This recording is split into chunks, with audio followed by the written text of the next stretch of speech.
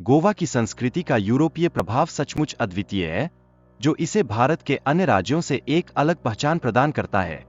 विशेष रूप से यहाँ के जीवन पर पुर्तगालियों का गहरा प्रभाव देखने को मिलता है।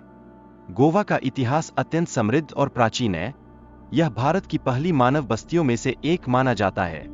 यहाँ अनेक साम्राज्यों का प्रभुत्व रहा है, जो इस भूमि की विशेष सांस्कृतिक धरोहर को और भी समृद्ध बनाते हैं।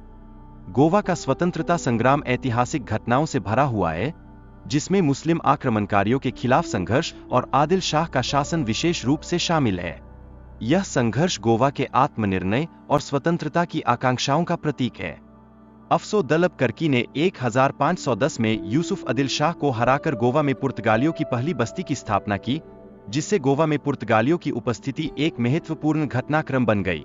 यह घटना उस युग के राजनीतिक परिदृश्य को बदलने में सहायक सिद्ध हुई। पुर्तगाली संस्कृति और भाषा का गोवा में समावेश स्थानीय जीवन में अभूतपूर्व परिवर्तनों को लेकर आया।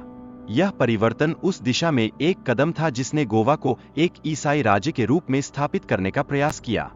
पुर्तगालियों ने गोवा में अपने धार्मिक मान्यताओं को फैलाने के लिए कई स्थानीय लोगों का बलात्कारी धर्मांतरण किया, जिसमें अनेक मंदिरों के विनाश का दुखद अनुभव भी शामिल था। यह प्रक्रिया केवल सांस्कृतिक बदलाव नहीं, बल्कि गहरी सामाजिक दरार भी पैदा कर गई। पश्चिमी प्रभाव के कारण गोवा की स्थानीय संस्कृति में हुए परिवर्तनों ने इसे एक ऐसे स्थान में बदल दिया जिसे लिस्बन के समान माना जाने लगा। यह बिंदु इस बात की ओर संकेत करता है कि कैसे विदेशी प्रभाव ने स्थानीय पहचान को प्रभावित किया। पुर्तगाली शासन के दौर में गोवा में विदेशी वस्त्र और मूल्यवान चीजों की उपलब्धता ने इसे एक विशेष व्यापारिक केंद्र बना दिया, जो अन्य भारतीय क्षेत्रों से भिन्न था।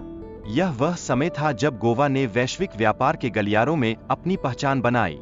1555 में गोवा में पुर्तगालियों के खिलाफ एक क्रांति हुई, जो भारतीय स्वतंत्रता की पहली क्रांति से पहले की महत्वपूर्ण घटना के रूप में जानी जाती है। यह महत्वपूर्ण घटना उस समय की व्याप्त असंतोष और संघर्ष की भावना को दर्शाती है। दादा राणे ने 18,951 साथियों के साथ पुर्तगाली शासन के खिलाफ गुरिल्ला युद्ध की शुरुआत की, हालांकि यह प्रयास अंततः कुचल दिया गया। यह घटना स्वतंत्रता के प्रति एक गहरी प्रतिबद्धता को दर्शाती है, जिसने भविष्य में और अधिक महान संघर्षों को जन्म दिया। 1928 में गोवा कांग्रेस समिति का गठन हुआ, जिसने स्थानीय लोगों को पुर्तगाली अत्याचारों के खिलाफ एकजुट किया। यह समिति उस युग में एक सशक्त आवाज बनकर उभरी, जो संघर्ष की राह का प्रकाश बन गई। डॉ. राम मनोहर लोहिया के नेतृत्व में गोवा में स्वतंत्रता संग्राम ने गति पकड़ी, जिसमें युवाओं ने सक्रिय भागीदारी निभाई। यह आंदोलन उस समय की ऊर्जा और आकांक्षाओं का प्रतीक बन गया। पुर्तगाल ने गोवा को भारतीय संघ का हिस्सा मानने से इनकार कर दिया, जिससे भारत के साथ उनकी बातचीत की स्थिति और अधिक कठिन हो गई।